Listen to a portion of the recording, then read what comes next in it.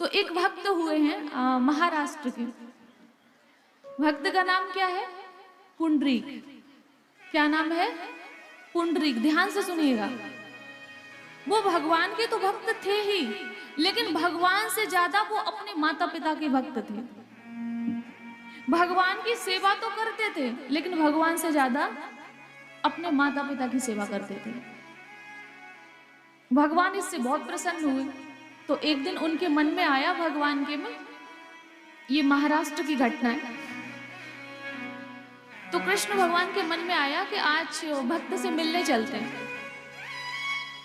तो साथ में रुक्मिणी जी को लिया कि चलो तुम भी हमारे साथ चलो। तो रुक्मिणी जी ने कहा कि आप ही चले जाओ। बोले नहीं नहीं, आप ही चलो, आज साथ में दर्शन करेंगे भक्त का। सभी तो हमारा दर्शन करने आते हैं और आज हम अपने भक्त का दर्शन करने चल रहे हैं। भगवान पुंडरीक जी के घर में गए और वहां पे जाके आवाज दी, भक्त पुंडरीक कहाँ हो, मैं तुमसे मिलने आया हूं। तो पुंडरीक आवाज दे रहे हैं, कह रहे कि भगवान मैं अपने माता पिता की सेवा कर रहा हूं और वो सो रहे हैं, मैं उनके चरण दबा रहा हूं। आप ऐसा करिए, पास में एक ईंट होगी, उसको ऐसे फेंक के दे दिया। आप तब तक इस पे खड़े होकर प्रतीक्षा करिए जब तक मैं अपने माता पिता के चरण दबा रहा हूं। सोचिए, भगवान कह रहे पुंडरीक मैं मिलने आया हूं, मैं तुम्हारे घर आया हूं, और पुंडरीक कह रहे आए हो तो ठीक है, खड़े रहो। कब तक? जब तक हमारी सेवा पूरी ना हो जाए।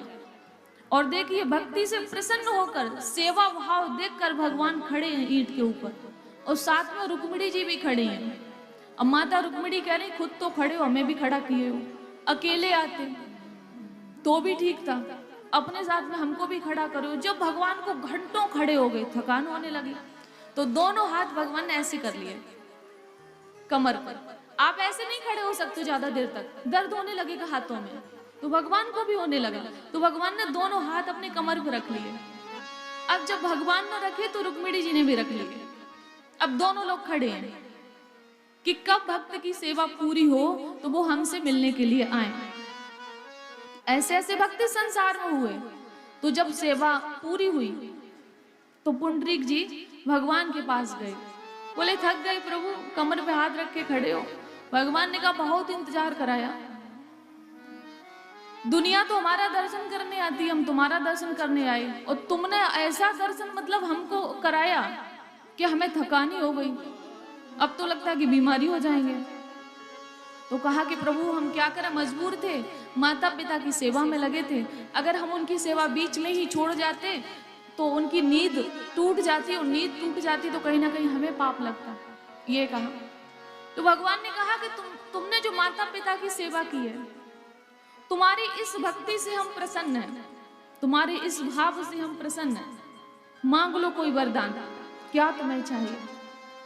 तो पुंडरीक चाहते तो संसार की संपत्ति मांग लेते, पुंडरीक अगर चाहते तो ऐश्वर्य मांग लेते, और पुंडरीक अगर चाहते तो भगवान का वैकुंठ धाम मांग लेते।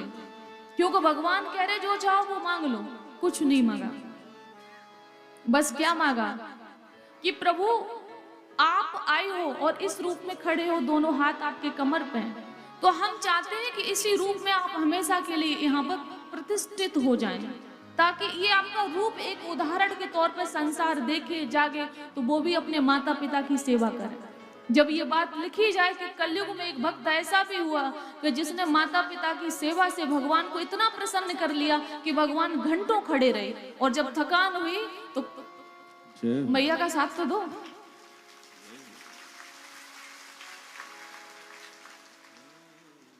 तो आज भी पुंडरीकपुर जाइएगा, वहां पर भगवान का उसी स्थान पे मंदिर है जहां पे भगवान कमर पे हाथ रख के खड़े हैं। आप दर्शन कर सकते हो।